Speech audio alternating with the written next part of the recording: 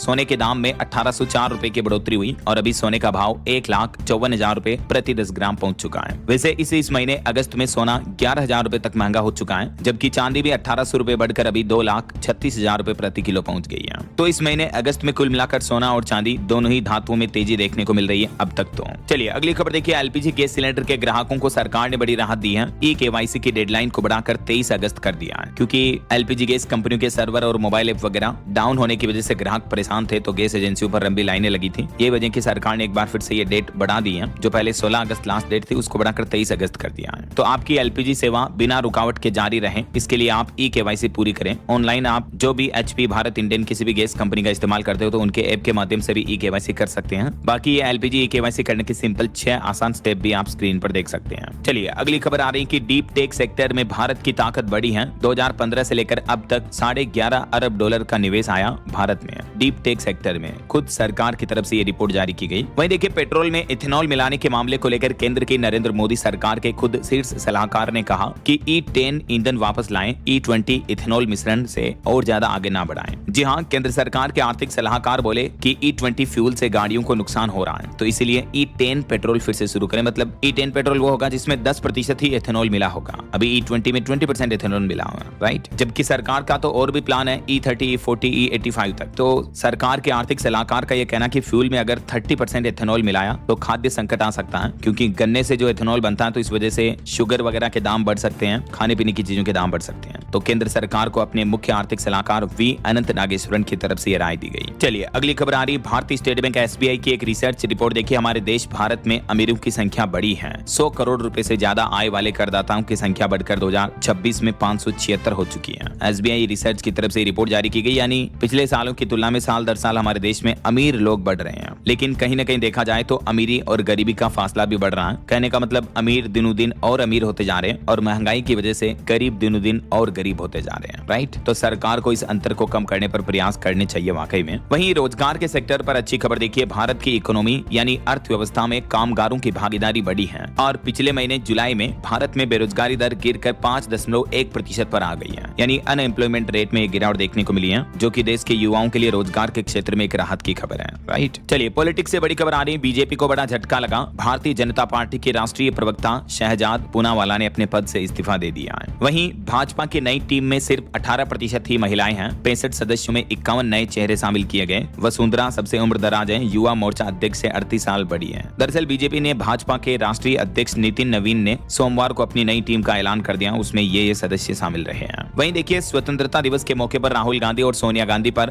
वंदे मातरम के अपमान का जो आरोप लगा, तो इन आरोपों पर FIR दर्ज होने के बाद अब जांच शुरू हो चुकी है। दावा किया जा रहा कि राहुल गांधी ने वंदे मातरम गाने से इनकार किया था। वहीं राहुल गांधी की आय से ज्यादा संपत्ति के मामले में सुप्रीम कोर्ट से अंतरिम राहत मिली। सुप्रीम कोर्ट ने हाई कोर्ट की सुनवाई पर भी रोक लगा दी है। इस मामले पर सुनवाई करते हुए सुप्रीम कोर्ट ने कहा कि CBI को जांच के लिए आदेश ही क्यों चाहिए। अगर CBI को शक है तो वो खुद ही जांच शुरू कर देना, ऐसा। तो यही टिप्पणी करते हुए हाई कोर्ट की सुनवाई पर भी रोक लगा दी है सुप्रीम कोर्ट ने राहुल गांधी की आय से अधिक संपत्ति के मामले में, है ना। और एक बड़ी चौंकाने वाली रिपोर्ट देखिए दोस्तों, हमारी राजनीति में कितने क्रिमिनल केस वाले लोग बाग शामिल हैं। 326 सांसदों और 14 राज्यों के मुख्यमंत्रियों तक पर आपराधिक केस दर्ज है। सुप्रीम कोर्ट में जो ये रिपोर्ट पेश हुई, इसमें पता चला कि लोकसभा के 251 और राज्यसभा के 15 सदस्यों पर कोई न कोई क्रिमिनल आपराधिक मामले दर्ज हैं। देखिए जरा आप ये रिपोर्ट के चौंकाने वाले आंकड़े। देश में पिछले 15 साल में आपराधिक मामलों वाले सांसदों की संख्या 16% तक बढ़ी है। 2009 से लेकर 2024 तक के ये आंकड़े आप देख सकते हैं। और मुख्यमंत्रियों की बात करें तो तेलंगाना के CM पर सबसे ज्यादा केस दर्ज है। 89 क्रिमिनल केस दर्ज है रेवंत रेड्डी पर, देखिए। और भी कई अलग अलग राज्यों में मुख्यमंत्रियों पर ये क्रिमिनल केस दर्ज है, डेटा आप देख सकते हैं। यानी ये आंकड़े हमें बताते हैं कि राजनीति में कितने गंदे लोग भरे पड़े हैं, राइट। और वहीं खबर देखिए, शक्तिमान का किरदार करने वाले मुकेश खन्ना बोले कि जनगण मन हटाओ, देश में वंदे मातरम लाओ। जो अभी राष्ट्रगान और राष्ट्रगीत के मुद्दों को लेकर जो विवाद चल रहा है, इस बीच उन्होंने टिप्पणी दी। वो बोले कि राष्ट्रगीत और राष्ट्रगान में फर्क भूलें।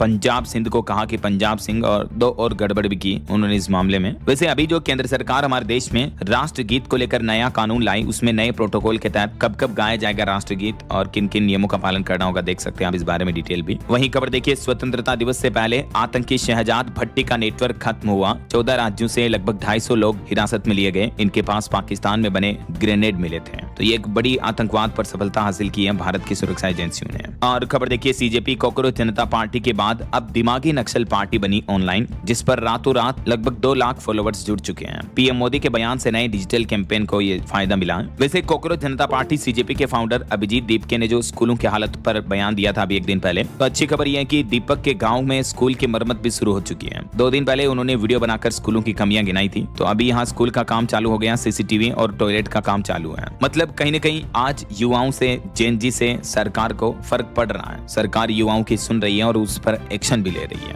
अपडेट देखिए, अब केरल राज्य का नाम बदलकर ऑफिशियली केरलम हो चुका है, क्योंकि केंद्र सरकार जो लोकसभा राज्यसभा से नए विधेयक पास करवाए उसको राष्ट्रपति द्रौपदी मुर्मू ने मंजूरी दे दी है। तो फाइनल कानून बन चुका। अब हमारे देश में संविधान में संशोधन हो चुका है। केरल राज्य का नाम केरलम लिखा जाएगा और केरलम के नाम से जाना जाएगा ना। वहीं देखिए बड़ी खबर, तमिलनाडु में किसानों का 75,000 रुपए तक का लोन माफ कर दिया है। तमिलनाडु के मुख्यमंत्री विजय थलापति की तरफ से यह बड़ा ऐलान किया गया और राज्य के किसान भाई लोगों को राहत दी गई है। 75,000 रुपए तक का कोऑपरेटिव लोन पूरी तरीके से माफ किया जाएगा और जिन किसानों का 75,000 रुपए से लेकर ऊपर लोन है, 1 लाख रुपए तक का भी लोन है, तो भी उन्हें 75,000 तक की तो छूट मिलेगी। यानी 1 लाख का लोन है तो 25,000 रुपए ही देने होंगे, बाकी 75,000 माफ कर दिए जाएंगे। तो तमिलनाडु के मुख्यमंत्री विजय सरकार के इस फैसले का राज्य में लगभग 13,34,000 किसानों को लाभ मिलेगा। बाकी और भी दोस्तों, तमिलनाडु के मुख्यमंत्री विजय थलापति की तरफ से विधानसभा में क्या क्या बड़े ऐलान किए गए, इस बारे में डिटेल आप चेक कर सकते हैं। चलिए अगली खबर देखिए, कावेरी जल विवाद को लेकर सुप्रीम कोर्ट में बीते दिन सुनवाई हुई और अभी 1 सप्ताह तक सुनवाई टल चुकी है। तमिलनाडु राज्य ने इस मामले पर याचिका दायर की थी,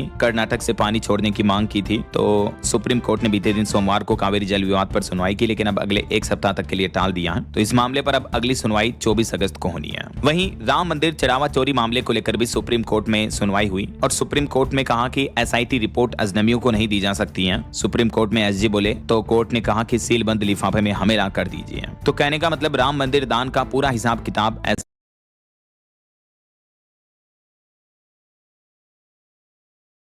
एसआईटी रिपोर्ट की जांच में सुप्रीम कोर्ट में सीलबंद लिफाफे में पेश किया जाएगा। एसआईटी को सुप्रीम कोर्ट ने फटकार लगाते हुए यह आदेश भी दिया है। वहीं खबर देखिए, हाल ही में जो मध्य प्रदेश के भोपाल में एक्ट्रेस ट्विशा शर्मा की मौत का मामला सामने आया था, तो उनकी हत्या की गई या खुद उन्होंने इस तरह का कदम उठाया। तो इस मामले पर जो सीबीआई की जांच चल रही थी, तो सीबीआई की चार्जशीट रिपोर्ट सामने आ चुकी है और उसमें बड़ा खुलासा हुआ है। सीबीआई ने अपनी जांच में बताया कि एक्ट्रेस ट्विशा शर्मा की हत्या नहीं की गई, बल्कि उन्होंने खुद ये कदम उठाया था। यानी एक्ट्रेस ट्विशा ने खुद ही अपनी जीवन लीला समाप्त की। उनकी डेड बॉडी पर मारपीट के कोई निशान नहीं मिले। दूसरी बार की गई पोस्टमार्टम रिपोर्ट के बाद भी सीबीआई ने जांच की, तो यही पता चला कि एक्ट्रेस ने खुद ही ये कदम उठाया था। जबकि सीबीआई की चार्जशीट में उनके सास और पति पर दहेज हत्या के आरोप लगे थे, लेकिन ये आरोप साबित नहीं हो पाए हैं सीबीआई की जांच में। चलिए अगली खबर देखिए, इसी महीने 25 अगस्त से अगले महीने 8 सितंबर तक मनाया जाएगा 41वां राष्ट्रीय नेत्रदान पखवाड़ा। जागरूकता कार्यक्रमों के लिए जन भागीदारी भी बढ़ाई जाएगी। विद्यार्थियों और शिक्षकों को भी नेत्रदान के प्रति जागरूक किया जाएगा। तो देश भर के अलग अलग राज्यों में यह नेत्रदान पखवाड़ा का रूप में मनाया जाएगा। लोगों को नेत्रदान के प्रति जागरूक करने और जरूरतमंद लोगों को आंखों की रोशनी देने के उपलक्ष्य में। और आपकी हेल्थ को लेकर एक चौंकाने वाली रिपोर्ट सामने आ रही कि रोजाना 6 घंटे कंप्यूटर का इस्तेमाल करने से बच्चों का स्कोर IQ 66 पॉइंट तक कम हो जाता है। हालिया एक न्यूरो साइंटिस्ट की रिसर्च में पता चला है कि आजकल जो बच्चों के लिए स्कूलों में भी स्क्रीन टाइम बढ़ रहा है, वो बच्चों की सीखने की क्षमता घटा रहा है। अमेरिका की न्यूरो साइंटिस्ट जेरेड कुनी हॉरवाथ का कहना है कि स्कूलों में ज्यादा स्क्रीन, डिजिटल टूल्स जो आजकल बच्चे ऑनलाइन पढ़ाई करते हैं, लैपटॉप, कंप्यूटर, मोबाइल, टैबलेट्स वगैरह का यूज करते हैं, तो इससे बच्चों की सीखने की क्षमता और उनके विकास को नुकसान पहुंच रहा है। आज के बच्चे अपनी उम्र में पिछली पीढ़ी के बच्चों के मुकाबले मानसिक रूप से कम सक्षम हो रहे हैं, कमजोर हो रहे हैं। ये न्यूरो साइंस की रिसर्च में चौंकाने वाला खुलासा सामने आया। तो इसलिए अपने बच्चों को जितना हो सके डिजिटल लर्निंग की बजाय उन्हें फिजिकली किताबों से, बुक से, कॉपी पेन से पढ़ाएं ऐसा। और मोबाइल फोन से जुड़ी बड़ी खबर देखिए, OnePlus के स्मार्टफोन 4,000 रुपए तक महंगे हुए हैं। एंट्री लेवल N6X फोन 20,000 रुपए के पार पहुंचा। Note 6 की कीमत 46,999 से शुरू है। OnePlus कंपनी ने अपने बजट और मिड रेंज स्मार्टफोन की कीमतें 4-5 हजार रुपए तक बढ़ा दी है, अलग अलग मॉडल्स की। वहीं देखिए बड़ी खबर, मध्य प्रदेश भोपाल में आज रात 12 बजे से टैक्सियां नहीं चलेगी, क्योंकि संयुक्त मोर्चा ने कहा कि एग्रीगेटर कंपनियों की मनमानी पर रोक लगाई जाए, सरकार किराया तय करे। ये वजह की टैक्सी संचालक संघ की तरफ से यह हड़ताल की चेतावनी दी है। और अगली बड़ी चौंकाने वाली खबर देखिए दोस्तों, हरियाणा के झज्जर में सांपों का बड़ा खौफ देखने को मिल रहा। पिछले 17 दिन में 37 लोग सर्पदंश के शिकार हुए हैं, यानी 37 लोगों को सांपों ने काट लिया। गांव में दहशत का माहौल है। झज्जर और आसपास के ग्रामीण इलाकों में सर्पदंश का खतरा तेजी से बढ़ रहा है। वहीं खबर है उत्तर प्रदेश की राजधानी लखनऊ में भी फिर से छात्रों का प्रदर्शन देखने को मिला। शिक्षकों की कमी के खिलाफ सड़क पर उतरी अब जैन अल्फा और अब छात्राओं ने संभाला मोर्चा। स्कूलों में शिक्षकों की संख्या बढ़ाई जाए, ये इनकी मांग है प्रमुख। वैसे आपको बताऊंगा अभी झारखंड में भी विद्यार्थी कई दिनों से सरकार के खिलाफ जो आंदोलन कर रहे हैं, तो अब इस आंदोलन के बीच जेपीएससी परीक्षा पर सरकार ने बड़ा फैसला लिया है और परीक्षा को रद्द करने के लिए झारखंड की हेमंत सोरेन सरकार तैयार हुई है और इन मामलों की सीआईडी जांच भी की जाएगी परीक्षाओं की जांच के लिए। देखिए जेएसएससी के दफ्तर भी पहुंची सीआईडी की टीम, सचिव से पूछताछ हुई। खबर आ रही कि आज भी और छात्रों से बातचीत कर सकती है झारखंड सरकार। इस बीच राहुल गांधी ने भी झारखंड के मुख्यमंत्री हेमंत सोरेन को चिट्ठी लिखी है। झारखंड में छात्र छात्राओं का आंदोलन पिछले 24-25 दिन से लगातार जारी है और इस बीच बीते दिन भी झारखंड सरकार और स्टूडेंट्स के बीच बातचीत हुई, जिसमें आखिरकार झारखंड सरकार ने अब जेएसएससी और सीजीएल की परीक्षाएं रद्द कर दी हैं और मुख्यमंत्री हेमंत सोरेन बोले कि 2014 से लेकर अब तक की सभी परीक्षाओं की सीआईडी जांच होगी। मुख्यमंत्री ने मंत्रियों के साथ तकरीबन 4 घंटे तक चली बैठक के बाद ये फाइनल फैसला लिया है। तो आखिरकार स्टूडेंट को इस आंदोलन में अब जाकर बड़ी सफलता मिली है। आखिरकार यहाँ भी जेन जी युवाओं की जीत हुई, जैसे दिल्ली के जंतर मंतर में धर्मेंद्र प्रधान शिक्षा मंत्री का इस्तीफा लेकर रहे स्टूडेंट, ठीक वैसे ही राइट। चलिए अगली खबर देखिए, मार्केट रेगुलेटर सेबी ने एक बड़ा फैसला लिया है। अब विदेश में बैठे एनआरआई बिना भारत आए भी कर सकेंगे डिजिटल केवाईसी। जी हां, सेबी ने एनआरआई, ओसीआई और विदेश में रहने वाले विदेशी नागरिकों के लिए डिजिटल केवाईसी को आसान बनाने का यह प्रस्ताव रखा है। तो इसका फायदा उन लोगों को मिलेगा जो भारत के हैं लेकिन बाहर रहते हैं, तो वो इन तरीकों का इस्तेमाल करके केवाईसी कंप्लीट कर पाएंगे, उन्हें भारत आने की जरूरत नहीं होगी। ऐसा वहीं भारत के लिए एक अच्छी रिपोर्ट सामने आ रही कि दुनिया का दूसरा सबसे बड़ा फिश प्रोड्यूसर बना भारत, यानी मछली उत्पादक बन चुका। आज हर 100 में से 8 मछलियां भारत की हैं। दुनिया में पैदा होने वाली मछलियों के मामले में भारत अब दुनिया का सेकंड लार्जेस्ट फिश प्रोड्यूसर बन चुका है। ये आंकड़े आप देख सकते हैं। वहीं केंद्र सरकार ने एक और बड़ा प्लान बनाया, भारत बनेगा इलेक्ट्रॉनिक का ग्लोबल हब। सरकार ने पास किया 7800 करोड़ का एक बड़ा प्रोजेक्ट भी, जिसके तहत अब हमारे देश में आत्मनिर्भर भारत के तहत मेड इन इंडिया इलेक्ट्रॉनिक सामानों का बम्पर उत्पादन होगा। सरकार ने 31 इलेक्ट्रॉनिक मैन्युफैक्चरिंग निर्माण से जुड़े प्रोजेक्ट के लिए 7,877 करोड़ के निवेश को मंजूरी दे दी है। तो इससे लाखों युवाओं को रोजगार मिलने का भी रास्ता साफ हो चुका है। और भी केंद्र सरकार के इस प्लान के बारे में ज्यादा डिटेल्स आप चेक कर सकते हैं स्क्रीन पर। इस प्लान से विप्रो से लेकर पीसीबीएल कई कंपनियों को भी बड़ा बेनिफिट होगा और आत्मनिर्भर भारत की इलेक्ट्रॉनिक मैन्युफैक्चरिंग को भी फायदा मिलेगा ना। बहरहाल अभी तो अपन कुछ और महत्वपूर्ण और काम की खबरें देखेंगे दोस्तों, लेकिन फिलहाल वक्त तो चला है आज के ताजा मौसम समाचार जानने का में। तो देखिए दोस्तों, देश भर के कई राज्यों में भारी बारिश और बाढ़ की वजह से हालात काफी गंभीर चल रहे हैं। यूपी की ये तस्वीरें देखिए, प्रयागराज में बाढ़ आई, घरों में 3-3 फीट तक पानी भर गया, कई जगहों पर कारें बाइक्स वगैरह डूब गई। हालात ये कि गलियों में नावें चलानी पड़ रही है एनडीआरएफ एसडीआरएफ के जवान जब रेस्क्यू करने के लिए आ रहे तो। और उड़ीसा के एक स्कूल में तो 312 छात्र 2 दिन से फंसे हुए हैं। ये देख सकते हैं उड़ीसा के केंद्रपाड़ा में 312 तो छात्र और 10 शिक्षक 2 दिन से स्कूल में फंसे हुए हैं। इतनी भयानक बारिश देखने को मिल रही है उड़ीसा में। अभी कई जिलों में बाढ़ की वजह से 5 लाख से भी ज्यादा लोग प्रभावित हैं उड़ीसा राज्य में। और आज 18 अगस्त को भी उड़ीसा में अधिकांश राज्यों में भारी बारिश का अलर्ट रहेगा। और इसके अलावा असम राज्य में भी अभी बाढ़ से हालात काफी गंभीर चल रहे। देखिए आप, असम की बाढ़ में इस साल अब तक 103 लोगों की मौत हो चुकी है, जबकि 7 लाख से ज्यादा लोग विस्थापित हुए हैं, यानी अपने घर परिवार को छोड़कर दूसरी जगह पर जाकर रहने लगे हैं। 433 तो ऐसे गांव हैं जो पूरी तरीके से जलमग्न हो गए हैं। तो बाढ़ के बाद अब कैसे लौटेगी जिंदगी, ये सबसे अहम सवाल है। असम राज्य में अब तक बाढ़ से 480 करोड़ का नुकसान हो चुका है। 26,000 से ज्यादा घर प्रभावित हुए, घर टूट फूट गए। हालांकि असम के मुख्यमंत्री हेमंत बिश्व शर्मा बोले कि बाढ़ प्रभावित लाखों लोगों के परिवारों को 15-15 हजार रुपए की आर्थिक मदद भी दी जा चुकी है। ऐसा बाकी कुछ अलग अलग राज्यों की मौसमी स्थितियां देखिए आप। बिहार की राजधानी पटना, गया, जमुई समेत 9 जिलों में तेज बारिश की चेतावनी, 19 जिलों में अलर्ट है। पटना में तो इतनी बारिश हुई कि सड़कों पर भी 3-3 फीट तक पानी भर गया। वैसे बिहार में आने वाले 20 अगस्त तक तेज बारिश की संभावना बनी रहेगी। पश्चिम बंगाल की खाड़ी में एक नया लो प्रेशर का क्षेत्र बन रहा इस वजह से। और अब देखिए उत्तर प्रदेश की मौसमी स्थितियां। यूपी के उन्नाव में गंगा एक्सप्रेसवे 10 मीटर धंस गया। प्रयागराज में 3-4 फीट तक पानी भरा हुआ। मैंने आपको बताया एनडीआरएफ के जवान नाव से लोगों को सुरक्षित निकाल रहे हैं। और इस बीच आज भी पूरे उत्तर प्रदेश में बारिश की चेतावनी है। ये यूपी के मानचित्र में आप देख सकते हैं। यूपी के सभी 75 जिलों में भारी बारिश का अलर्ट है। डार्क जोन वाले एरिया में अति भारी बारिश की चेतावनी रहेगी। वहीं उत्तर छत्तीसगढ़ में भी अगले 3 दिन बारिश की चेतावनी। रायपुर में देर रात से बरस रहा पानी, कई इलाकों में जल भराव भी हुआ। वैसे छत्तीसगढ़ में इस मानसूनी सीजन में ऑल ओवर 9% तक कम बारिश हुई है, लेकिन अभी मानसून फिर से सक्रिय बना हुआ, तो अगले 3 दिन तक छत्तीसगढ़ में बारिश का दौर जारी रहेगा। वैसे अभी तक राजस्थान के बांधों में पानी के जल स्तर की बात करें तो 55.84% तक पानी आया है। पिछले 24 घंटों में 39 MCM की बढ़ोतरी हुई है। अधिकांश बांधों में पानी की जल की आवक बढ़ी है। और अब देखिए मध्य प्रदेश की मौसमी स्थितियां। खजुराहो में 1.25 इंच तक बारिश हुई। MP के 15 जिलों में पानी गिरा। आज भी मध्य प्रदेश के 13 जिलों में हेवी रेन का अलर्ट है। सीधी, मऊगंज, डिंडोरी में 8 इंच तक बारिश हो सकती है। दरअसल बंगाल की खाड़ी से एक नया स्ट्रॉन्ग सिस्टम एक्टिव है। इसका असर आने वाले 2 दिन और भी मध्य प्रदेश के अधिकांश जिलों में देखने को मिलेगा। ये मानचित्र में आप देख सकते हैं आज 18 अगस्त को मध्य प्रदेश के कई जिलों में येलो और ऑरेंज चेतावनी है और कल 19 और परसों 20 तारीख तक भी मध्य प्रदेश में बारिश की गतिविधियां जारी रहेगी।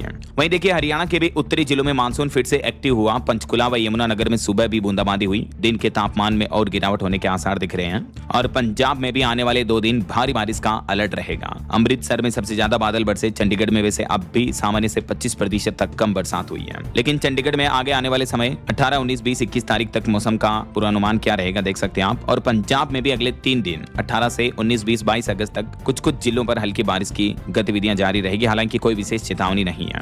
पहाड़ी राज्यों की बात करें तो हिमाचल प्रदेश में 2 दिन और भारी बारिश की चेतावनी रहेगी। वैसे इस मानसूनी सीजन में लगभग 200 लोगों की मौतें हो गई, 972 करोड़ की संपत्ति का नुकसान हुआ। और उत्तराखंड में भी देखिए दोस्तों उधम सिंह नगर समेत 7 जिलों में बारिश की चेतावनी। अलकनंदा, मंदाकिनी वार्निंग लेवल के करीब बह रही है नदियां, चेतावनी स्तर से ऊपर। और लैंडस्लाइड की वजह से पिथौरागढ़ में 23 सड़कें भी बंद पड़ी हैं। उत्तराखंड में आगे आने वाले 3 दिन मौसम का हाल कैसा रहेगा 18 अगस्त, 19 अगस्त और 20 अगस्त का देख सकते हैं आप जानकारी। और ये देखिए भारत के मानचित्र में सभी राज्यों में मौसम का हाल क्या चल रहा। तो कुछ राज्यों में रेड अलर्ट है, जैसे उड़ीसा और गंगा के मैदानी इलाकों वाले बंगाल के एरिया में रेड अलर्ट की चेतावनी है और कुछ राज्यों में ऑरेंज अलर्ट भी है। बाकी अधिकांश राज्यों में येलो अलर्ट की चेतावनी और ये ग्रीन जोन वाले एरिया में अति भारी बारिश नहीं होगी अगले 24 घंटों के दरमियान। बाकी आगे आने वाले 2 दिन देश भर में मौसम का हाल कैसा रहेगा आज 18 अगस्त और कल 19 तारीख को, ये जानकारी आप देख सकते हैं किन किन राज्यों में ऑरेंज अलर्ट की चेतावनी है। अच्छा वैसे आप मुझे कमेंट करके बताइए दोस्तों कि आप कौन से राज्य में रहते हैं और आपके यहाँ अभी मतलब मौसम का हाल क्या चल रहा है, बारिश वगैरह हो रही है या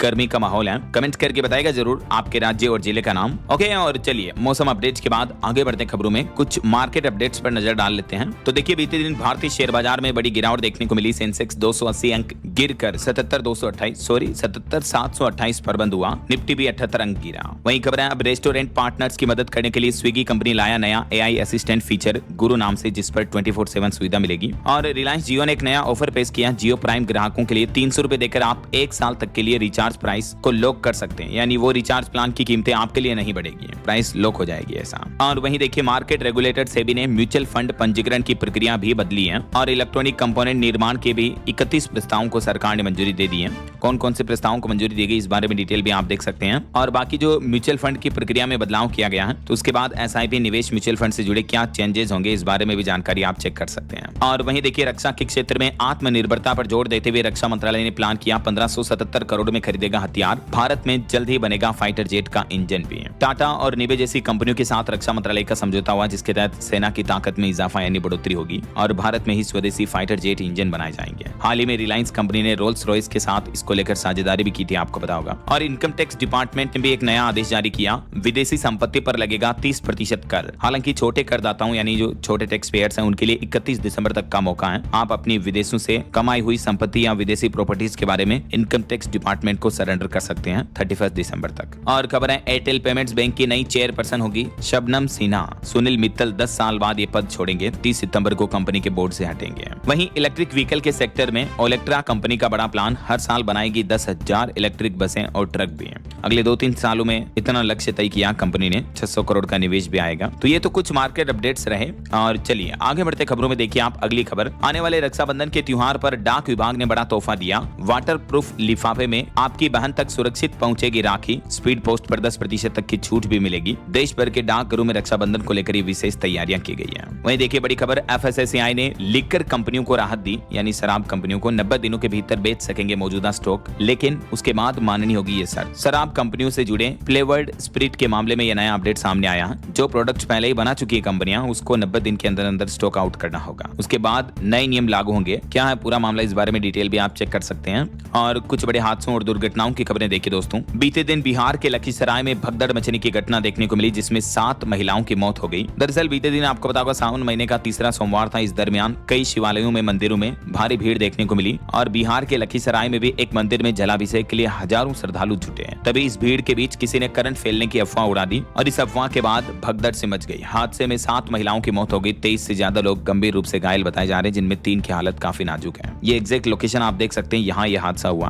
तो लखीसराय की इस घटना पर बिहार के मुख्यमंत्री ने भी दुख जताते हुए बड़ा ऐलान किया। मृतकों के परिजनों को 4-4 लाख रुपए का मुआवजा भी दिया जाएगा। वहीं कुछ ऐसी ही भगदड़ जैसी घटना मध्य प्रदेश के उज्जैन के नाग चंद्रेश्वर मंदिर में भी देखने को मिली। हालांकि इस भगदड़ में गनीमत रही कि अभी तक किसी के जान जाने की खबर नहीं है, बल्कि 13 लोग घायल हो गए, कई लोग बेहोश हो गए। यहाँ भक्तों की भीड़ इतनी ज्यादा थी कि 40,000 श्रद्धालु कतार में यानी लाइन में लगे थे, क्योंकि ये जो उज्जैन में नाग चंद्रेश्वर मंदिर है, इसके कपाट केवल नाग पंचमी पर ही खुलते हैं। यही वजह है कि इतने सारे हजारों की संख्या में भक्त आते हैं। तो अभी यहाँ भगदड़ मामले के बाद 3 लोग अस्पताल में भर्ती हैं, 10 लोगों को छुट्टी हो चुकी है। और इन घटनाओं पर बागेश्वर धाम के पंडित धीरेन्द्र कृष्ण शास्त्री बोले कि धार्मिक स्थानों पर VIP एंट्री बंद होनी चाहिए। ये भगदड़ कैसे हुई, कुछ तस्वीरें आप देख सकते हैं। यहाँ भी किसी ने करंट फैलने की अफवाह फैला दी थी, तो उसके बाद लोगों की लाइन में भारी भगदड़ से मच गई। और एक बड़ी अग्निकांड की घटना भी देखने को मिली। देखिए, पश्चिम बंगाल के बीरभूम में एक होटल में आग लग गई, जिसमें 8 लोगों की मौत हो गई, 9 से ज्यादा लोग झुलस गए। बताया जा रहा कि शॉर्ट सर्किट की वजह से बड़ा हादसा हुआ। सावन सोमवार पर तारापीठ मंदिर आए थे ये होटल में रहने वाले लोग श्रद्धालु। तभी बंगाल के तारापीठ में ही सुबह जब लोग सो रहे थे, तभी होटल की पहली मंजिल पर आग लग गई। पश्चिम बंगाल के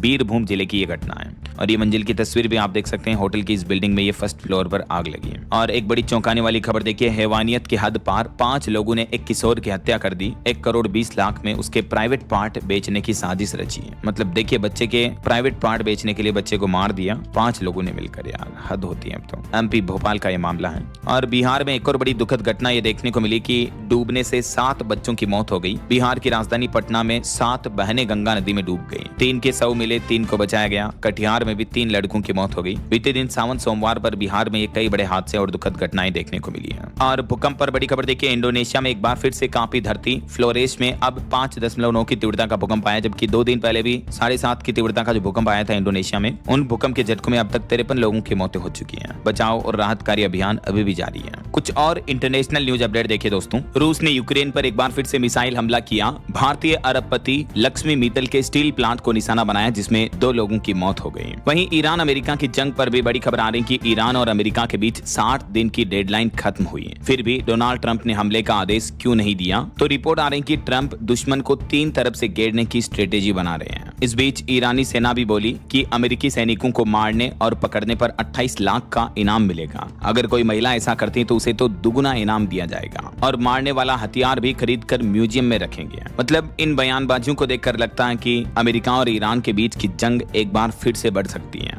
इस बीच डोनाल्ड ट्रंप ने अब ओमान पर भी बमबारी की धमकी दी। उन्होंने कहा कि ईरान मुद्दे पर बीच में न आए ओमान। IRGC ने अमेरिका से बातचीत का दावा भी खारिज किया। और ट्रंप ने दक्षिण कोरिया के साथ अपनी मिलिट्री ड्रिल भी घटाई। ट्रंप बोले कि इससे नॉर्थ कोरिया को गलत मैसेज आता है, किम जोंग उन से मेरे अच्छे रिश्ते हैं। वहीं ट्रंप ने पाकिस्तान, सऊदी अरब और तुर्की के रक्षा समझौते पर भी खुशी जताई। वो बोले कि तीनों देश मजबूती से अपनी रक्षा कर सकेंगे। अब अगर एक पर भी हमला हुआ तो तीनों देश मिलकर जवाब देंगे। हाल ही में जो इन तीनों मुस्लिम देशों के बीच रक्षा समझौता हुआ था, तो इसका भी ट्रंप ने स्वागत किया, ये सोशल मीडिया पोस्ट करते हुए। तो ये अंतर्राष्ट्रीय माहौल का अपडेट चल रहा है। और चलिए आगे बढ़ते खबरों में देखिए आप अगली खबर। हरियाणा में ट्रेप केस में शिकायतकर्ताओं को सरकार ने बड़ी राहत दी। रिश्वत की राशि अब जल्द ही मिलेगी वापस। रिवॉल्विंग फंड का गठन किया जाएगा। वहीं केंद्र सरकार की नीतियों के खिलाफ भाकपा ने देशव्यापी आंदोलन की चेतावनी दी। छत्तीसगढ़ में 1 सितंबर को दिल्ली में विशाल रैली का भी अलर्ट जारी किया है। और वहीं खबर देखिए दोस्तों, नीट पेपर गड़बड़ियों के बाद अब NTA ने परीक्षा सिस्टम के 50 कर्मचारियों को हटाया। लीडरशिप की 10 पोस्ट के लिए विज्ञापन भी निकाला है। नेशनल टेस्टिंग एजेंसी NTA की तरफ से यह बड़ा फैसला लिया गया। वहीं खबर है, बिहार के 13,500 डेयरी समितियों को बड़ा फायदा होगा। कम ब्याज दर पर लोन मिलेगा और घर बैठे बैंकिंग की सुविधा भी दी जाएगी। अब बिहार में किसानों को किसान क्रेडिट कार्ड और माइक्रो ATM के माध्यम से घर बैठे बैंकिंग फैसिलिटी मिलेगी। और इसके अलावा लगभग 13,500 डेयरी सहकारी समितियों को अब सहकारी बैंकों से कम ब्याज पर ऋण मिलेगा, जिससे कि पशुपालन और दुग्ध उत्पादन को बढ़ावा मिलेगा। बिहार की सम्राट सरकार की तरफ से यह फैसला लिया गया है। वहीं खबर है, बिहार में रेंज से लेकर जिला स्तर तक बिछेगा EOU का जाल। नेपाल बॉर्डर पर बनेगी स्पेशल यूनिट भी। EOU यानी आर्थिक आपराधिक इकाइयों का गठन किया जाएगा ऐसा। और बिहार के कुछ और अपडेट देखिए दोस्तों। बिहार में अब बच्चों की शिकायत पर तुरंत पहुंचेगी मदद। बिहार बाल अधिकार आयोग ने शुरू किया बाल अधिकार ऑनलाइन शिकायत प्रणाली सिस्टम, जिससे बच्चों की शिकायतों का तुरंत समाधान होगा और उन्हें तुरंत मदद भी मिलेगी। वहीं बिहार शिक्षा विभाग के क्लर्क ट्रांसफर पर भी फिलहाल ब्रेक लगा। कैडर तय होने के बाद ही मिलेगी ट्रांसफर की हरी झंडी। और बिहार की किसानों को एक और बड़ा तोहफा, रबी से फसल बीमा की नई सुविधा मिलेगी और गाँव में माइक्रो एटीएम और नए गोदाम भी शुरू किए जाएंगे। बिहार में रबी फसल 2026-27 से प्रधानमंत्री फसल बीमा योजना शुरू होने जा रही है। और भी किसानों को लेकर बिहार की सम्राट सरकार ने क्या क्या फैसले लिए इस बारे में डिटेल आप चेक कर सकते हैं। वहीं देखिए बिहार के विश्वविद्यालयों में अब डिग्री के साथ रोजगार की तैयारी भी कर रही है सरकार। इसी सत्र से शुरू होंगे IIT, IIM मॉडल पर नए कोर्स। बिहार की यूनिवर्सिटीज में पढ़ाने का एग्जाम पैटर्न का ये तरीका बदला जाएगा। इसके अलावा बिहार में संविदा सहायक प्राध्यापकों को भी सरकार ने बड़ी राहत दी। अब नौकरी के साथ साथ जारी रख सकेंगे अपनी PhD भी, रिसर्च वगैरह भी कर पाएंगे ऐसा। चलिए अगली खबर देखिए। हिमाचल प्रदेश में HRTC इलेक्ट्रिक बस एक बार चार्ज करने पर 270 किलोमीटर तक चली। मुख्यमंत्री सुखविंदर सिंह सुक्खू बोले कि शिमला चंडीगढ़ रूट पर बेस्ट परफॉर्मेंस मिली। इसके अलावा मुख्यमंत्री ने मंडी में 25 नई इलेक्ट्रिक बसों का वर्चुअल शुभारंभ भी किया। वहीं झारखंड में एक नई पहल देखिए। अब मानव वन्य जीव संघर्ष रोकेगा AI। 3 जिलों में लगे सर्विलांस टावर, जानवरों का रियल टाइम अलर्ट मिलेगा ताकि जो आए दिन वन्य जीव जंतु द्वारा, हाथियों वगैरह द्वारा मनुष्यों को नुकसान पहुंचाने की जो घटनाएं देखने को मिलती हैं, तो ये AI आधारित सर्विलांस टावर स्थापित किए गए जिनसे ऐसी घटनाओं पर लगाम लगेगी।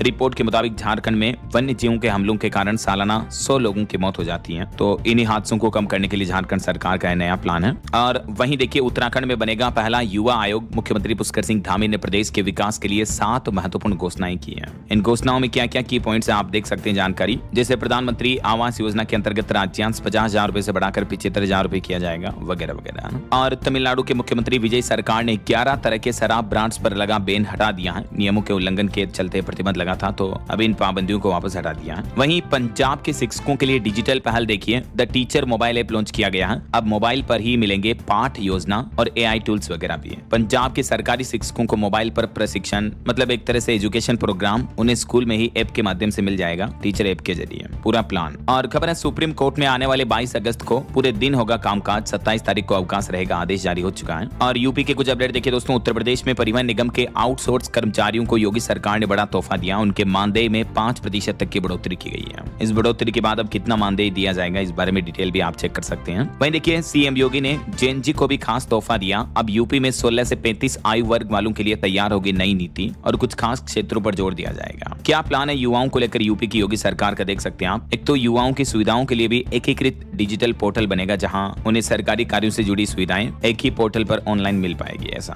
वहीं मुख्यमंत्री योगी आदित्यनाथ ने खिलाड़ियों को लेकर भी एक और बड़ी घोषणा की। CM योगी प्लेयर्स से बोले कि आप मेडल लाओ, नौकरी हम देंगे। यूपी गोरखपुर में मुख्यमंत्री ने कहा कि जो युवा चिल्लाते हैं उनके एजेंडे में सिर्फ माफिया शामिल है। और उत्तर प्रदेश में गौ संरक्षण के लिए भी 10,000 युवाओं को गौ मित्र बनने का प्रशिक्षण देगी यूपी की योगी सरकार। JNG युवाओं को इसमें रोजगार वगैरह की अपॉर्चुनिटी भी मिलेगी है ना। वहीं यूपी में नई स्टार्टअप नीति भी लाई जा रही जिसके तहत छोटे व्यवसायियों को बड़ी राहत मिलेगी। EPF ESI समेत 3 साल तक कई सारी फैसिलिटी मिलेगी। यूपी की योगी सरकार ने उत्तर प्रदेश में छोटे व्यवसाय कारोबार व्यापारियों को बढ़ावा देने के लिए ये नई स्टार्टअप प्रोत्साहन नीति 2026 पेश की है। और इस नीति के तहत क्या क्या बेनिफिट मिलेंगे देख सकते हैं आप। उत्तर प्रदेश में कारोबारियों व्यापारियों को और भी ये कई सहूलियतें मिलेगी। कुछ की पॉइंट्स में आप चेक कर सकते हैं। वहीं उत्तर प्रदेश में 11 दिन में 75 जिलों में 1559 दिव्यांग जनों को भी रोजगार मिला। 10 से 18,000 रुपए तक के वेतन पर मिली नौकरी है। यूपी में कौशल विकास मिशन के तहत दिव्यांग जन रोजगार अभियान रोजगार मेले जो लगे उसमें इतने दिव्यांगों को रोजगार वगैरह दिया गया। 3 से 13 अगस्त तक चले थे ये मिशन। यूपी सरकार की तरफ से आंकड़े जारी किए गए हैं। और CM योगी ने यूपी के युवाओं को भी संदेश देते हुए कहा कि माफिया और नशे से दूर रहें। 500 और पदक विजेता खिलाड़ियों को भी मिलेगी सरकारी नौकरी। वहीं यूपी में CM योगी ने राशन डीलरों को भी बड़ा तोहफा दिया है। अब उनका कमीशन 90 रुपए से बढ़ाकर 125 रुपए कर दिया है। प्रति क्विंटल इतना